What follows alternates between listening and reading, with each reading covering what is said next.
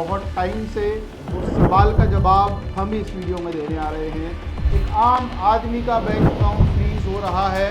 तीसरा काम, अगर आपका लीगल नोटिस चला गया है, मेरी बात मानिए, 90 to 95% चांसेस हैं आप कहीं ना कहीं डायरेक्ट इनडायरेक्ट आपका इन्वॉल्वमेंट है, तभी आपका बैंक अकाउंट फ्रीज नहीं होता है लीगल नोटिस से। आप शॉपकीपर हैं, आपके पास बिल है, तो भी आपको डरने की ज़रूरत नहीं है। भारत में बहुत सारे बैंक अकाउंट फ्रीज हो रहे हैं और बैंक अकाउंट अनफ्रीज कराने की प्रक्रियाओं के बारे में अलग अलग वीडियोस हमने बनाई। इस वीडियो में भी कुछ झलकियां आपको देखने को मिलेंगी, लेकिन इस वीडियो में जो एक अलग चीज़ देखने को मिलेगी, उस सवाल का जवाब, जो सवाल आपके मन में है बहुत टाइम से, उस सवाल का जवाब हम इस वीडियो में देने आ रहे हैं। और वो सवाल है, अगर बैंक अकाउंट को अनफ्रीज ना कराएं तो क्या होगा। नमस्कार दोस्तों, मैं एडवोकेट आदर्श सिंगल। आज हम बात करने वाले हैं कि बैंक अकाउंट फ्रीजिंग अनफ्रीजिंग चलती रहेगी, सरकार की एक गलत मैकेनिज्म है और बहुत हम मजबूती के साथ ये बोलते हैं कि इस मैकेनिज्म से साइबर फ्रॉडस्टर्स पकड़ में आए या ना आए, इसका डेटा तो सरकार हमें बताए, लेकिन इस बैंक अकाउंट फ्रीज और अनफ्रीज की मैकेनिज्म के चलते एक आम आदमी का बैंक अकाउंट फ्रीज हो रहा है, व्यापार करना मुश्किल हो रहा है। जो व्यापारी हैं, जो 20 साल से व्यापार करते हैं, वो अचंभित हैं इस बात को देखकर कि सर क्या हो गया, क्या ज़माना आ गया। पहले तो आपने ऑनलाइन पेमेंट लेने के लिए कह दिया और जैसे ही ऑनलाइन पेमेंट लिखना शुरू किया, हमारे बैंक अकाउंट फ्रीज होने लग गए। बैंक अकाउंट अनफ्रीज कैसे कराएं, विद इन ए मिनट इस वीडियो में आपको फटाफट मैं बता देता हूं। सबसे पहला काम, बैंक अकाउंट की डिटेल्स कलेक्ट करना आपको होता है। कहां से फ्रीज हुआ है, कैसे फ्रीज हुआ है, ये बैंक आपको बताएगी, बैंक मैनेजर की जिम्मेदारी होती है। नहीं बताते हैं, एक एप्लीकेशन लगा सकते हो। दूसरा काम आपको करना है, नहीं बताया, नियरेस्ट साइबर सेल में जा सकते हो। फिर भी आपको दिक्कत आ रही है, कोई आपकी मदद नहीं कर रहा है, कुछ नहीं हो रहा है, तो आप हमारी हेल्पलाइन नंबर कॉल करके भी डिटेल्स कलेक्ट कर सकते हो। दूसरी बात, जैसे ही डिटेल मिल गई, आपको एक रिप्रेजेंटेशन भेजना है। रिप्रेजेंटेशन आप advocateadarsh.com से डाउनलोड करके भेज सकते हो, जहां आपको कोई चार्जेस नहीं देने हैं। अगर आप चाहते हो मुझे एक कोई एडवोकेट हायर करके एडवोकेट के थ्रू लीगल नोटिस भिजवाना है, तो आप लीगल नोटिस भी भिजवा सकते हो किसी भी साइबर एक्सपर्ट या किसी भी अच्छे एडवोकेट से बात करके। तीसरा काम, अगर आपका लीगल नोटिस चला गया है, मेरी बात मानिए, 90 to 95% चांसेस हैं आपका अकाउंट अनफ्रीज हो जाए। नहीं होता है, कभी कभी दिक्कतें आ जाती हैं, इन्वेस्टिगेशन में आपका रोल आता है या किसी भी तरीके से इन्वेस्टिगेशन इस पॉइंट पर आकर रुक जाती है कि आपका अकाउंट में जो पैसा है वो फ्रॉड मनी है, कहीं ना कहीं डायरेक्ट इनडायरेक्ट आपका इन्वॉल्वमेंट है, तभी आपका बैंक अकाउंट अनफ्रीज नहीं होता है लीगल नोटिस से। उसके बाद भी आपको निराश नहीं होना है। आप जहां साइबर केस हुआ है वहां के लोकल कोर्ट में एक एप्लीकेशन लगा सकते हो, या फिर साइबर सेल विजिट करके उस पेमेंट को रिफंड करके, अगर पेमेंट रिफंड नहीं करना है तो उस पेमेंट का प्रूफ देकर आप अकाउंट अनफ्रीज करा सकते हो। और सबसे लास्ट ऑप्शन बचता है, जहां आप रहते हैं वहां के हाई कोर्ट में एक रिट पिटीशन लगा सकते हो। बैंक अकाउंट को सही से ऑपरेट करना इज योर फंडामेंटल राइट, मूल अधिकार है। मूल अधिकारों के हनन के लिए आप हाई कोर्ट जा सकते हो। ये कुछ तरीके हैं बैंक अकाउंट अनफ्रीज कराने के।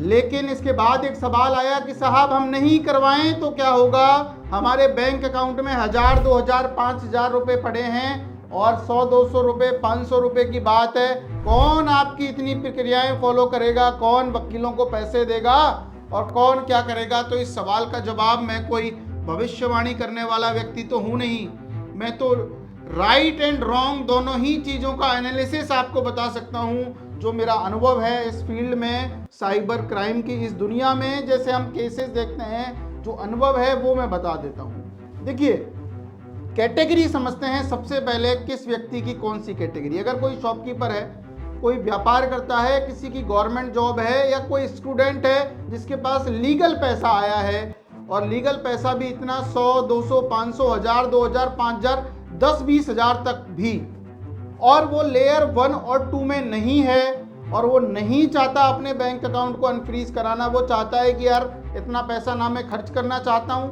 दूसरी चीज़ ना मेरे पास इतना पैसा है, तीसरी चीज़ अगर है मेरे पास तो मैं क्यों फालतू खर्च करूँ, देखा जाएगा जो होगा। तो अगर छोटा मोटा कोई अमाउंट है, लेयर 1 और 2 का ट्रांजैक्शन नहीं है, तो आप बिल्कुल मत डरिए। तब तक मत डरिए जब तक आपके पास कोई इन्वेस्टिगेशन में कोई रोल नहीं पाया जाता। आप कोई भी काम ऐसा कर सकते हैं, जैसे मान के चलिए कोई कंप्लेन है, कंप्लेन में आपका लेयर 3, 4 में है, आपके पास उसका वैलिड प्रूफ है, आपके पिताजी ने आपकी फीस ट्रांसफ़र की है, आपका अकाउंट फ्रीज हो गया है, तो आपके पास प्रूफ है साहब मेरे पिताजी ने मुझे ट्रांसफ़र की है। आप शॉपकीपर हैं, आपके पास बिल है, तो भी आपको डरने की ज़रूरत नहीं है। ये मैं बात इसलिए कह रहा हूँ कि आप समझ पाएँ कि कब डरें और कब नहीं डरें।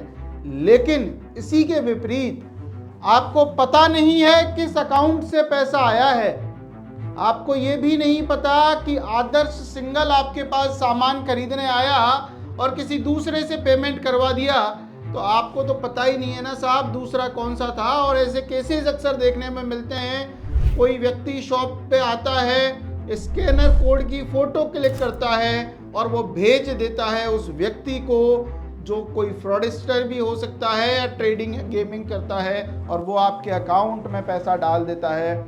ऐसी कंडीशन में बिल्कुल आप सतर्क हो जाइए, क्योंकि ऐसी कंडीशन में आपको पता होना चाहिए कि उस व्यक्ति ने जिसने सामान आपसे परचेज किया, उसने तो आपसे कोई ट्रांजैक्शन किया ही नहीं। कैसे क्लेम कर दोगे जी? इस कंडीशन में आपको साइबर सेल को रिप्रेजेंटेशन भेजना जरूरी हो जाता है। दूसरी कंडीशन ये कि अगर आप गेमिंग करते हो, तो गेमिंग वाले दोस्तों आप सभी ध्यान रखें, गेमिंग को आप डिफेंड कर ही नहीं सकते। उसका कारण 99.99% केसेस में ये होता है, जिन गेमिंग एप्लीकेशंस पे आप गेम खेलते हो, आपका डिपॉजिट और विड्रॉल अकाउंट हमेशा अलग मिलेगा। जिस अकाउंट में आप पैसा डालते हो, डिपॉजिट करते हो, ये कहते हुए करते हो कि साहब ये पैसा जो मैं डाल रहा हूँ ये गेमिंग के अकाउंट में डाल रहा हूँ, कोई और अकाउंट होगा। और जब आपने पैसा जीता, कोई भी बैलेंस क्रेडिट हुआ, तो आप देखोगे कि किसी अलग अकाउंट से आपके पैसा आया है, हर बार अलग अकाउंट से पैसा आया है। अब आप खुद सोचिए कैसे आप अपने आप को डिफेंड करोगे। पहली बात तो 6-7 राज्यों में तो गेमिंग बिल्कुल बैन है। दूसरी बात, जिन राज्यों में नहीं है वो गेमिंग एप्लीकेशन की लीगलिटी और इलीगलिटी प्रूफ करनी पड़ेगी। जो आपको धड़ल्ले से पैसा दे रहा है, ले लो जी पैसा, इतना पैसा ले लो, आपको क्या लगता है वो लीगल रूप से पैसा दे रहा है? वो अपने 2 नंबर के पैसे को सेट कर रहा है और आपके 1 नंबर के पैसे को, जो फ्रेश पैसा है, आपकी हार्ड अर्न मनी है, वो ले रहा है। मतलब फ्रॉड का पैसा 200 रुपये आपको मिल रहा है और आपके 150 रुपये जो आपका वाइट मनी है, जो आपका प्योर पैसा है, वो वहाँ जा रहा है। आप सोच के देखिए कोई व्यक्ति क्यों आपको पैसा देगा जी। तो दूसरी चीज़, आप जो गेमिंग करते हो उसमें आपको क्या पता कि जिस व्यक्ति जो पैसा हारा है वो कंप्लेन नहीं कराएगा। अगर उसने कंप्लेन करा दी, आप कोर्ट में जाके ये प्रूफ थोड़ी करोगे कि साहब मैं इलीगल गेमिंग एप्लीकेशन पर इलीगल काम कर रहा था या गेमिंग कर रहा था। क्या प्रूफ है आपके पास? तो वो व्यक्ति जो गेमिंग से पैसा उनके पास आया है, वो अपना रिप्रेजेंटेशन जरूर दें, अपने आप को डिफेंड जरूर करें। ऐसा ना हो कि आपको उस साइबर क्राइम का पार्ट बना लिया जाए, क्योंकि आप देखते हैं जो गेमिंग एप्लीकेशंस वाले लोग हैं उनके पास कंप्लेंट होती है उनके ऊपर, वो देखते हैं कि हमारे पास साइबर फ्रॉड का पैसा आया है। किसी के साथ 20 लाख रुपए का डिजिटल अरेस्ट हुआ और उसके बाद उस 20 लाख रुपए के लेयर 2 में आपके पास 1500 रुपए आ गए। इसका मतलब आपको पता है क्या है? जिसने 20 लाख रुपए का वो क्राइम किया, उसने सारा पैसा गेमिंग में जीतने वाले लोगों को डाल दिया और आप बन गए साइबर क्रिमिनल। और लेयर 1 वाला व्यक्ति कोई वो था जिसने मनी म्यूल का काम किया। मनी म्यूल पे भी हम स्पेसिफिक वीडियो बनाएंगे, कुछ वीडियोस हैं और कुछ और भी बनाएंगे। एक एक केस को एनालिसिस करेंगे, ये भी बताएंगे सीबीआई कैसे उन 8.5 लाख म्यूल अकाउंट को पकड़ती है और कितनी ज़्यादा अरेस्टिंग होने वाली है। जेलें भर जाएंगी साहब इस साइबर क्राइम में। तीसरा, उन लोगों को ध्यान रखना चाहिए जो ट्रेडिंग करते हैं, और ट्रेडिंग करने वाले सतर्क हो जाइए, क्योंकि आप ये कहते हो कि साहब हम तो लीगल काम करते हैं, सरकार बैन क्यों नहीं कर देती इन एप्लीकेशंस को। तो सरकार से क्या उम्मीद करते हो जी। एक तरफ आप देखते हो गुटखा बेचने वाले वो कलाकार जो एक तरफ तो एक पुड़िया बेचते हैं जिसपे कैंसर लगा हुआ होता है, एक पुड़िया बेचते हैं जिसमें केसर का दम होता है, सरकार इनको बैन नहीं करती, तो आपको लगता है सरकार बैन करेगी? सरकार से आप उम्मीद करते हो?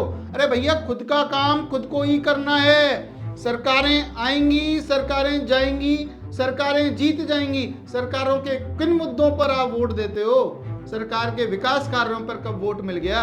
सरकार को तो इधर उधर की बातें करके अपना वोट बटोर लेती है, मुद्दा बना देती है, इमोशनल कार्ड खेल लेती है। सरकार को छोड़ो, आप तो अपनी चीज़ों पे ध्यान दो कि सरकार की जो इन्वेस्टिगेशन एजेंसी हैं उनको आप प्रूफ नहीं दे पाओगे। कैसे साबित करोगे आप लीगल? पहली चीज़ तो ये, अगर आपने साबित कर दिया तो सरकार पूछेगी भैया टैक्स कहाँ भरा। दूसरी चीज़ ये, जिस अकाउंट से आपने ट्रेडिंग किया क्या उसी अकाउंट से आपके पास INR आया? तीसरी चीज़ ये कि जिस प्लेटफॉर्म पे किया आप ये साबित करो वो लीगल था, इलीगल था। बहुत सारे इलीगल काम हो रहे हैं इस देश में, बहुत सारे इलीगल एप्लीकेशंस चल रहे हैं, कोई VPN लगा रहा है, कोई क्या लगा रहा है। और अगर आप ये बात इन्वेस्टिगेशन एजेंसी के पास जाके बोलेंगे साहब ये भी तो गलत काम कर रहे थे, आपने इनको क्यों नहीं रोका, हमें क्यों रोक रहे हो, तो शराब बनाने वाली कंपनियां बंद नहीं होती हैं, शराब पीने वाले लोग ही अरेस्ट होते हैं। ये ज्ञान की बात मत समझना इसको, ये बात प्रैक्टिकल बात है जो आप और हम डेली देखते हैं। तो इन चीज़ों का आप ध्यान रखें दोस्तों कि बैंक अकाउंट फ्रीज और अनफ्रीज की कंडीशन में किसको नहीं कराया तो क्या होगा, किसी ने कराया तो क्या होगा, और आपको लगता है आप लीगल हैं, अपना पक्ष मजबूती के साथ रख सकते हैं, तो दोस्तों ये मैं वादा करता हूँ आपका कोई कुछ नहीं कर सकता, ना साइबर सेल, ना साइबर पुलिस, ना कोई भी इन्वेस्टिगेशन एजेंसी। अगर आपके पास प्रूफ हैं, एक भी रुपया खर्च नहीं करना चाहते तो आपको कोई चिंता नहीं है। RBI में एक एप्लीकेशन लिखें, साइबर सेल को एक एप्लीकेशन लिखें और आप वेट करें इन्वेस्टिगेशन पूरा होने का। आप विश्वास रखिए आपका अकाउंट भी अनफ्रीज होगा और आपका लीन अमाउंट भी वापस आएगा। दोस्तों ये वीडियो बैंक अकाउंट फ्रीज और बैंक अकाउंट फ्रीज के सिनेरियो को लेकर थी। नेक्स्ट वीडियोस अगर आप चाहेंगे तो हम उन टॉपिक्स पर चर्चा करेंगे जिस तरीके से साइबर क्राइम होता है। हम उन साइबर क्रिमिनल्स की मैकेनिज्म पर चर्चा करना चाहते हैं कि किस तरीके से आपको फंसाते हैं, लेकिन डर भी लगता है क्योंकि आजकल की जो दुनिया है, अगर मैं ये तरीके बताऊं कि इस तरीके से साइबर क्राइम होता है तो आप बचने से ज़्यादा आप क्राइम करने पे ज़्यादा फोकस कर सकते हैं कुछ शरारती लोग। इसलिए बड़े तरीके से भी हमें ये कंटेंट बनाना पड़ेगा जिसमें हम ये बताएंगे कि आखिर आपके साथ साइबर क्राइम कैसे होता है, वो क्या रियल लाइफ एग्जांपल्स हैं जिनके थ्रू साइबर क्राइम होता है, और किस तरीके से आपको साइबर क्रिमिनल ना चाहते हुए भी आप रात को सो रहे हो बड़े आराम से और आपके साथ साइबर क्राइम हो जाएगा। बहुत सतर्कता की आवश्यकता है और आप ये मान के चलिए जो ये बड़े बड़े कितने भी, चाहे प्लेन क्रैश हो चाहे कुछ भी हो, एक शॉर्ट वीडियो भी हमने डाली जहां अमेरिकन एयरलाइंस का एक एडवाइजरी जारी हुई कि अमेरिकन एयरलाइंस पर साइबर अटैक हो सकता है और साइबर अटैक के बाद प्लेन क्रैश होंगे, लोगों को मार दिया जाएगा और हम सोचेंगे एक जांच रिपोर्ट सरकार पेश करेगी, ऐसा था वैसा था, रन की जगह ऑफ का बटन दब गया और कुछ भी रिजल्ट नहीं निकलेगा। लेकिन इन सब के बावजूद अगर हमें खुद को बचाना है तो सतर्कता ही की है, और ऐसे हर पहलू पर बात करने के लिए यूट्यूब चैनल है। आप कमेंट में हमें बताएंगे तो हम कमेंट का आंसर अपनी वीडियो के माध्यम से करेंगे कि आखिर नहीं कराएं तो क्या होगा। ये भी उन हजारों कमेंट्स के जवाब में ये वीडियो है। Thank you so much. Like share subscribe के लिए निवेदन है।